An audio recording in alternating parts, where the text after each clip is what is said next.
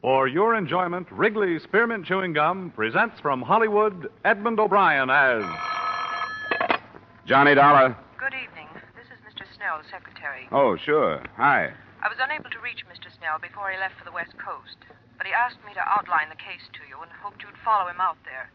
It's quite serious. Oh? What is it? Our company has been carrying the policies on a line of pleasure boats for a West Coast sales agency, the Arrowcraft cruisers. Within the past 2 weeks, 3 of them have sunk, with no survivors. Bad risks. Yes. There's a liability clause. Next of kin in each case is bringing suit for nearly $1 million.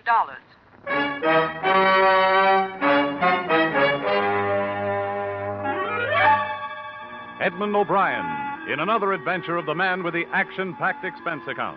America's fabulous freelance insurance investigator. Yours truly, Johnny Dollar.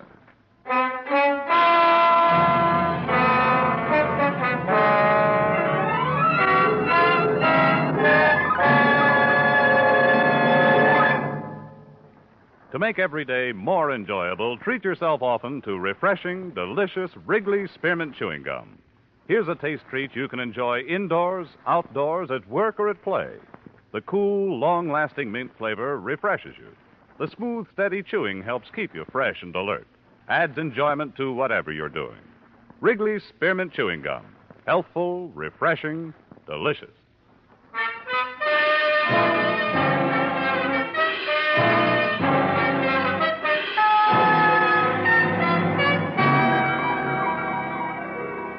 Expense account submitted by Special Investigator Johnny Dollar to Home Office, Grand East Life and Liability Insurance Company, Hartford, Connecticut. The following is an accounting of my expenditures during assignment to Millard Snell of your legal department on the investigation of the Arrowcraft matter. Expense account item 1, $275 air travel Hartford to Los Angeles and rented car travel from Los Angeles to Newport Beach and the heart of the trouble.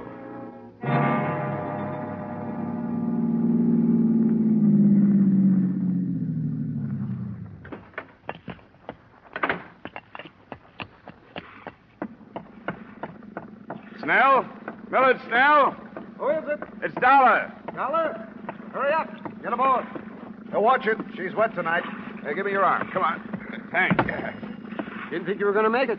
You talked to your secretary? Yes, but that was yesterday from Chicago. Well, I didn't know where you were until I called her from the Los Angeles airport a couple of hours ago. Then when I got here, your hotel told me you just left to charter a boat. What's up? Myers, how long will it be? Robert should be here any minute, Mr. Snell. Couldn't leave without him. All right, if you can hurry him up anyway, do it. Come on in the cabin, Dollar. Out of this foul night air. Oh, this fog. I thought it was bad sometimes in Hartford. Another cruise has been reported, Dollar. An Arrowcraft? Yes. Reported by a private plane between here and Catalina Island. That's 30 miles offshore. The Coast Guard been notified? Yes, but candidly, I hope we see it before they do. Find out what we insured. If we can find it in this fog. Find it? You mean this one is still afloat? Before dark, yes, barely afloat. Robert, hurry, get aboard. Ah, there he is, the navigator we've been waiting for. I hope he's sober. Tell me, what have you learned so far? What makes them sink? I don't know. The sales agent, Fred Crocker, you'll meet him, swears by Arrowcraft. Says they're one of the best hulls afloat. Ah, but the fact remains they've been sinking. Uh-huh, and a tragic fact, too. The loss of life so far has been horrible.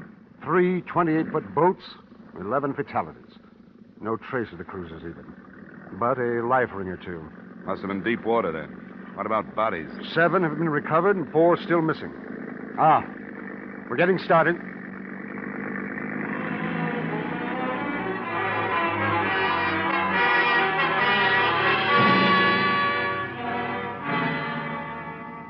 It was 10 p.m. when we left the quiet resort village, and it was dawn when we saw in the fog what we had been unable to find during a whole night of searching. The Arrowcraft, without sign of life, was almost entirely awash, bow down in the channel swell. That's close enough, Myers. Right. We don't want to nudge her. She's liable to roll over.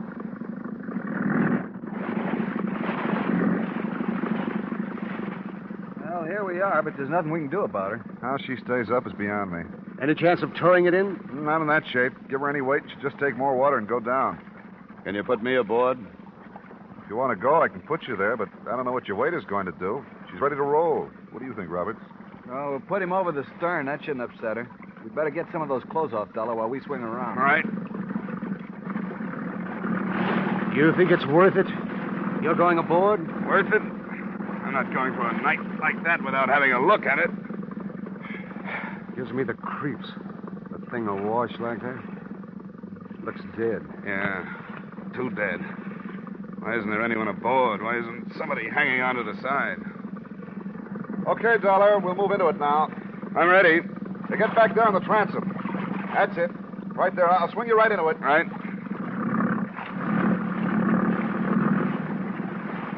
There you are. Go ahead. Okay. Hey, get off the gunwale. And stay amidships. Don't get to either side. She'll roll. I'm all right. Anything there? Yeah. Yeah, there's something here. There's a girl in the cabin.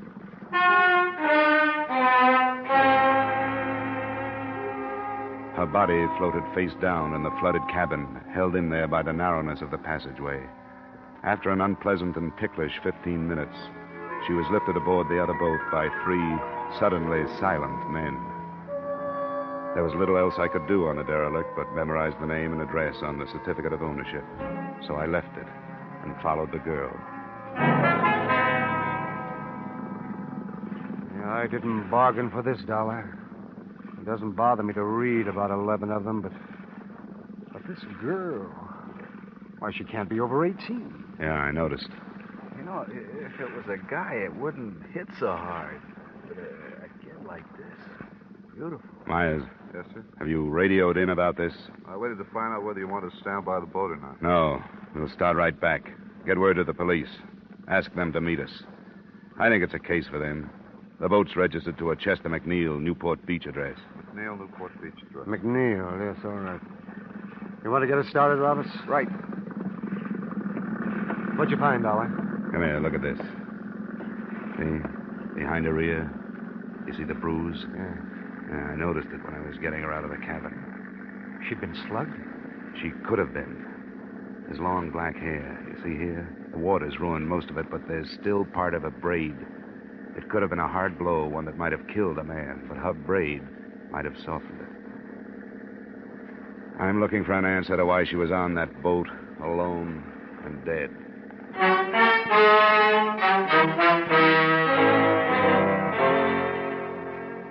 It was an answer I never did actually find and prove, because in the final analysis, the death of this beautiful, dark-haired girl was no more important than any of the rest of them.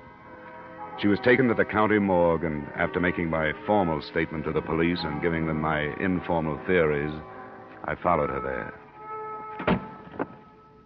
Now, I take it that the deceased is not a personal friend of yours. That's right, Dr. Sane. I'm an insurance investigator. I'm in Southern California because a number of people have died in the sinkings of some insured pleasure boats. Oh, yes, the Arrowcraft. Yes, and the death of this girl has become important to me. What's her name? Caruso, Antonia Caruso. She was identified by her mother. Antonia.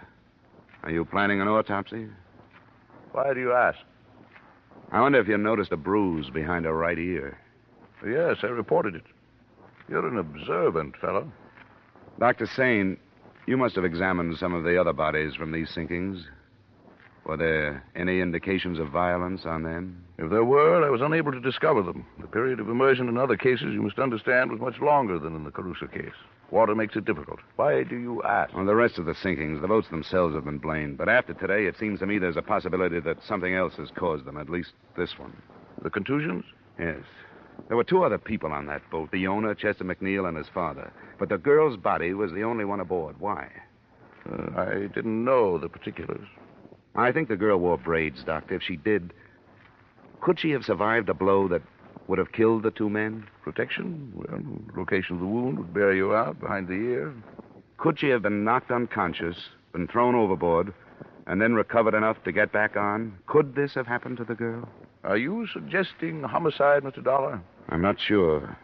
Then I'm not sure why perfectly good boats start sinking without survivors, either. They have to make autopsy examination to determine the degree of concussion. Well, that's why I asked. Are you going to perform one? In the state of California, Mr. Dollar, except in cases of unquestionable criminal acts, autopsy is allowed upon only permission of the next of kin. Now, this contusion, well, it could have been sustained so many ways. Yes, I know. Matter of fact, arrangements have already been made to move the body to a private establishment. Oh. Could you give me her mother's address? Why, yes, I suppose so. But I'd be doing no more than saving you a search of the phone book.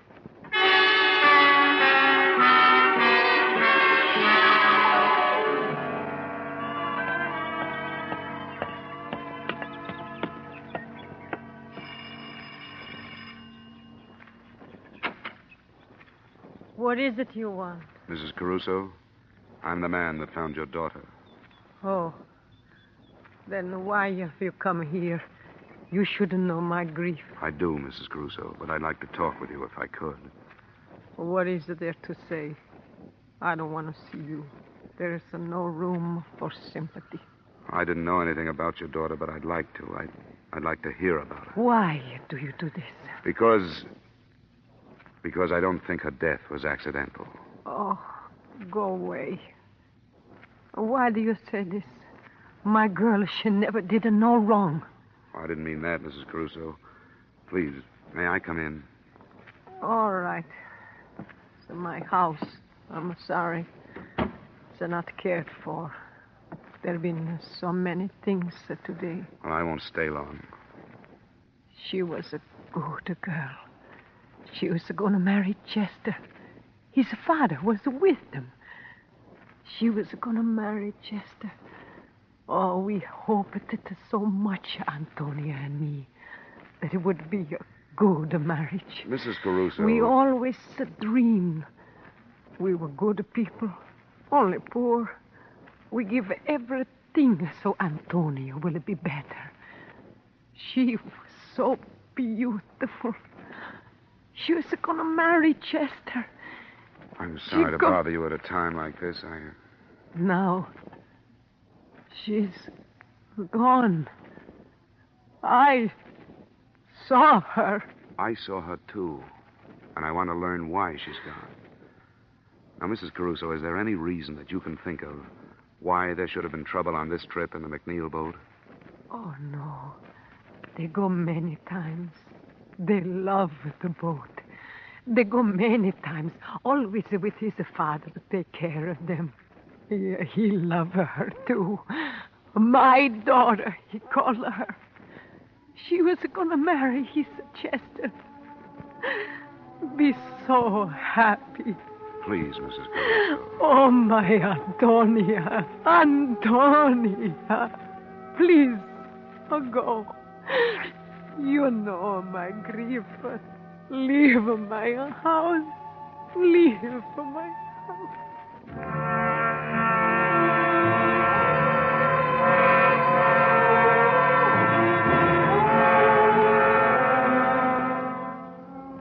I left her house and drove back to Millard Snell's hotel. It was 7 p.m., and I hoped we could get to Crocker, the West Coast agent for Arrowcraft, before the night was out. But I found Snell white-faced when I opened the door and too anxious to show me the front page of the evening paper.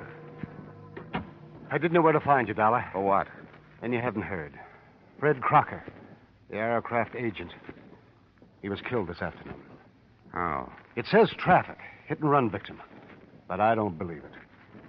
Look at this. Violence in another form preceded the tragedy, the story said. Crocker's sales office was entered earlier today in a bold daylight strike. The interior was wrecked, but whether or not the entry was for purposes of theft has not been ascertained. The writer didn't make any definite statements, but reading between the lines, you knew that he was exploring the possibility that revenge was at the bottom of both the violence and the tragedy, that those who had lost family or friends in the Arrowcraft sinkings had wrecked Crocker's office and then killed him. But remembering the bruise behind the Caruso girl's ear, I didn't believe that either.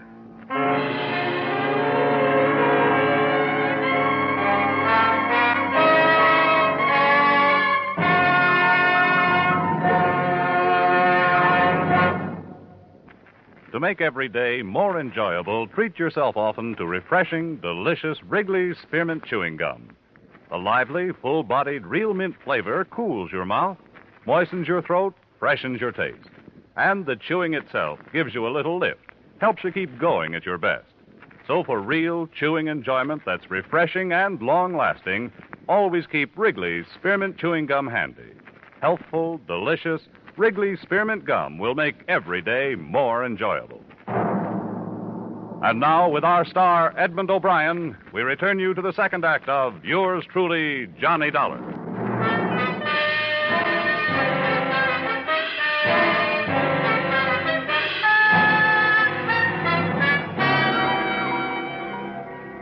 Snell and I drove out to what had been Crocker's sales office.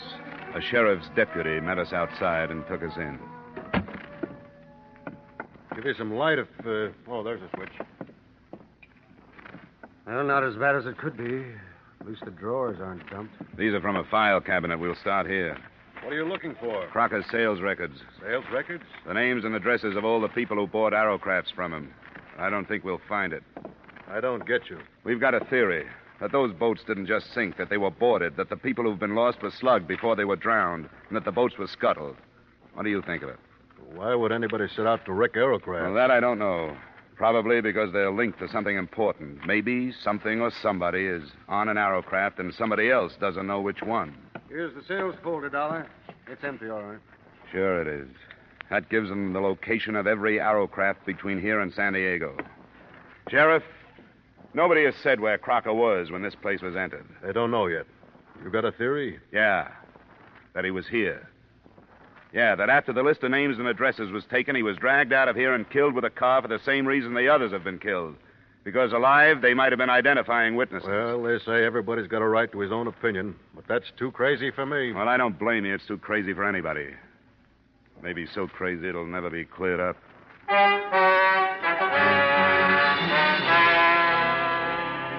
Expense account item 2, $112 cost of entertainment that same night for as many members of the press as I could get hold of. They listened to my theory, agreed that it was unbelievable, but worth printing on the grounds of sensationalism.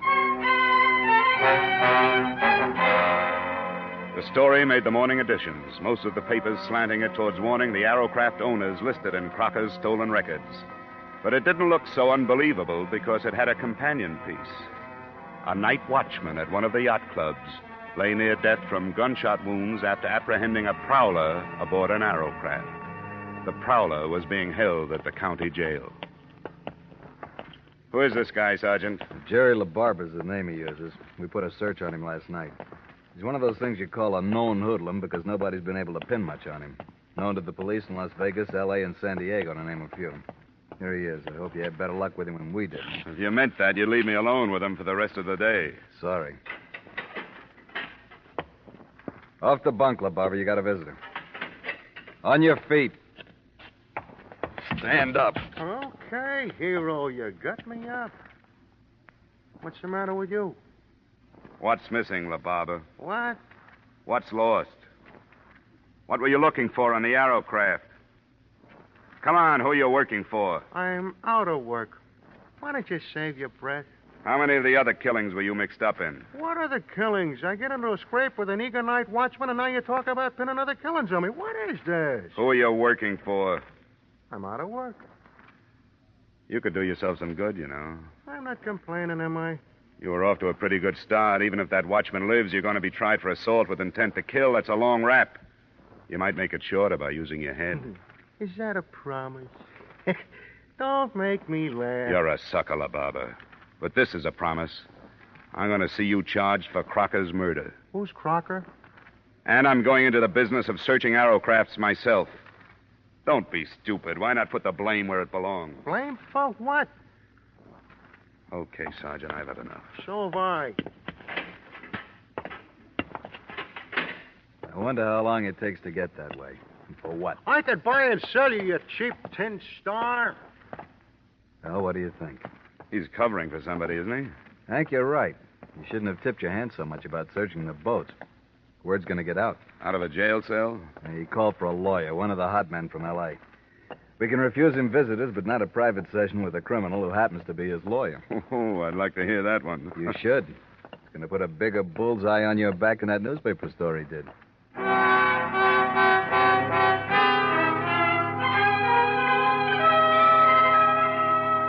There was no trouble that day and no progress. We had time to contact 2 Arrowcraft owners that afternoon and went aboard their boats.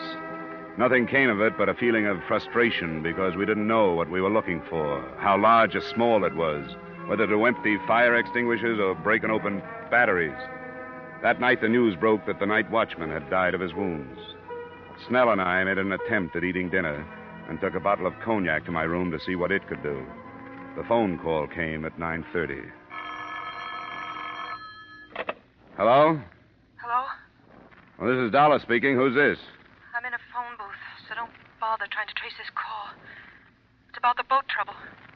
All right. What about it? Not over the phone. You have to come up here. Where do I meet you? I've got to be careful. You'll know why when I talk to you. You have to come alone. What else? There's a place called Leeds Bar. It's on Long Beach Boulevard, 3 blocks up from the beach. You'll see the sign. I'll find it. You can make it in an hour. But you've got to be alone. I will be. All right. 11:15. What was that? Some girl says she wants to talk about the Arrowcrafts. Wants me to meet her in Long Beach. Don't be ridiculous. You're not going. Somebody has to do something. Nothing as foolhardy as this. You've been expecting them to make a move. Here it is. You don't for a minute think she's telling the truth. I won't find out sitting here swilling brandy with you. I wasted 10 minutes in Newport circling through alleys and side streets to shake any tail that might have been put on me. And then I headed up the coast highway.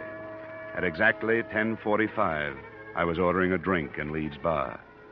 It arrived simultaneously with a metallic nudge in the ribs from a man who had taken the stool on my right. Drink it, Dollar. We've got to go. I was supposed to get a message from a girl. You've had it. Come on, drink up. All right. Now leave. We'll meet you outside the door. Do I get to talk with this girl? She's outside. Okay.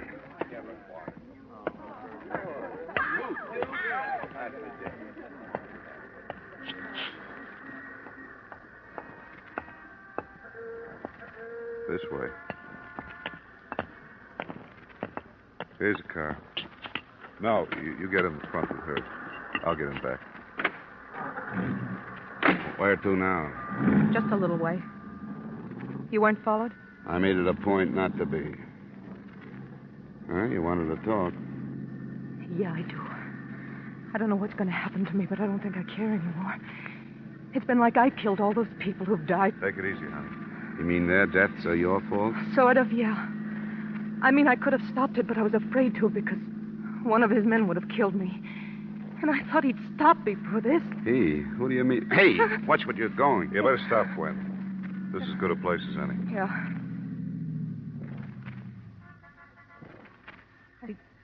I didn't go to the police because I have a record. And he's so powerful, he could have made it look like blackmail and it wouldn't have gone any farther. Who is so powerful? George Masterson. George Masterson. Who's he? He seems like a businessman. He owns a line of furniture stores. I've known him for 3 years. It was one of those things where, every once in a while I'd learn something about him. Until I finally understood what he really was. And he knew I did. What kind of payment do you expect for what you're telling me? Dollar. I hadn't thought of money. I swear I hadn't. All right. Go ahead. Masterson's as far outside the law as you can get. Narcotics, jewels and furs, aliens, Mexican gold, anything. He runs the West Coast for a combination that has headquarters in Italy. Who knows this? I do. And I wrote it all down. Ways to prove it. Like the names he uses for all his bank accounts to evade income tax. All of it. That's what he's been looking for on those boats. Well, then he was Writing afraid. it down was the only way I could think of to protect myself. He was afraid of me because I knew so much about him. He was going to have me killed. We were in Mexico when I told him, Ensenada. When he didn't believe me, I showed him a copy. I told him I'd hidden the original on a boat I'd visited, and that if he killed me, I had a way of letting the police know which one. Which one is it? I was lying to him. I didn't put it on a boat. I was lying. Arrowcraft was only a name I remembered. When he asked me, I said Arrowcraft. You mean there's nothing on those boats and 16 people have died? I know. I know I was wrong. I should have. Oh, but when you're scared, you only think of yourself. Don't, Gwen, honey. You'll be all right. This paper you say you wrote, where is it? I have it here. I want you to take it. Now, get out, Dollar. I want to take her home.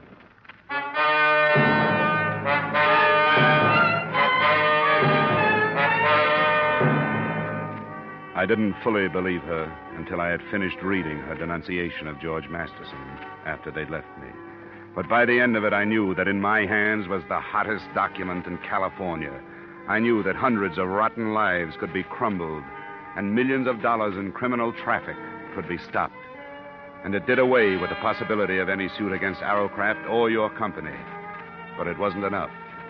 I should have gone to the authorities with it then. Instead, I took a room for the night and mailed it to the FBI in the morning. Then I went after Masterson. I found him in a plush office in one of his furniture stores. Here. Just a moment, sir. You can't go in there. Miss Masterson. What's the meaning of this? You're announced before you get in here. Not this morning, Masterson. I'm sorry, sir. Get somebody to throw this man out. What's the matter with you? Who are you? Johnny Dollar, working on the Arrowcraft sinkings. Gwen Thomas. I've read her statement. I don't know what you're talking about. About 16 deaths. The FBI can have you for the rest. But I want you for those 16 deaths. Get away from me. Get away from you! Stay away from me. Get up! Listen to me.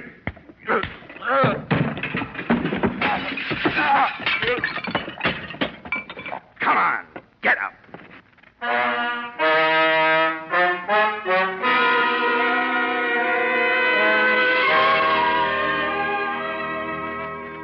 As far as I was concerned, that was it. The girl was placed under protective custody by the FBI and the district attorney, who had worked out 75 counts on Masterson's indictment before I left. It's too bad that all of the next of kin of the 16 dead can't sit in the jury box. Expense account item 3, same as item 1. Expense account total, $940.20. Yours truly, Johnny Dollar.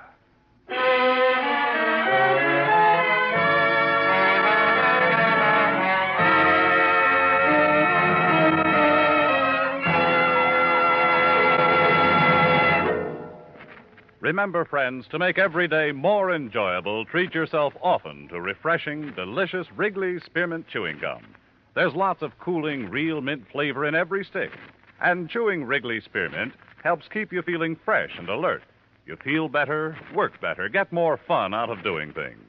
So indoors, outdoors, wherever you go, keep some healthful, refreshing Wrigley Spearmint Chewing Gum handy. To make every day more enjoyable, treat yourself often to delicious Wrigley's Spearmint Chewing Gum.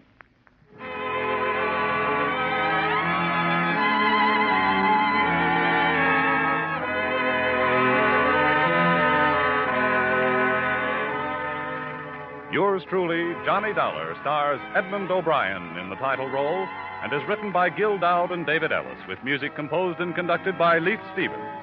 Edmund O'Brien can soon be seen starring in the Columbia Pictures production 711 Ocean Drive. Featured in tonight's cast were Gene Bates, Howard McNear, Clayton Post, Harry Bartell, Hy Averback, John McIntyre, and Jeanette Nolan. Yours truly, Johnny Dollar, is produced and directed by Jaime Del Valle.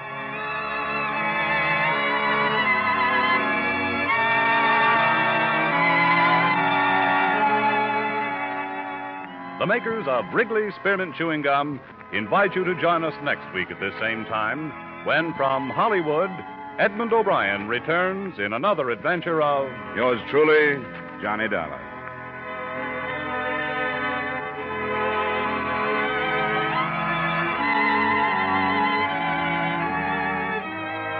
Bob Stevenson speaking. This is CBS, the Columbia Broadcasting System.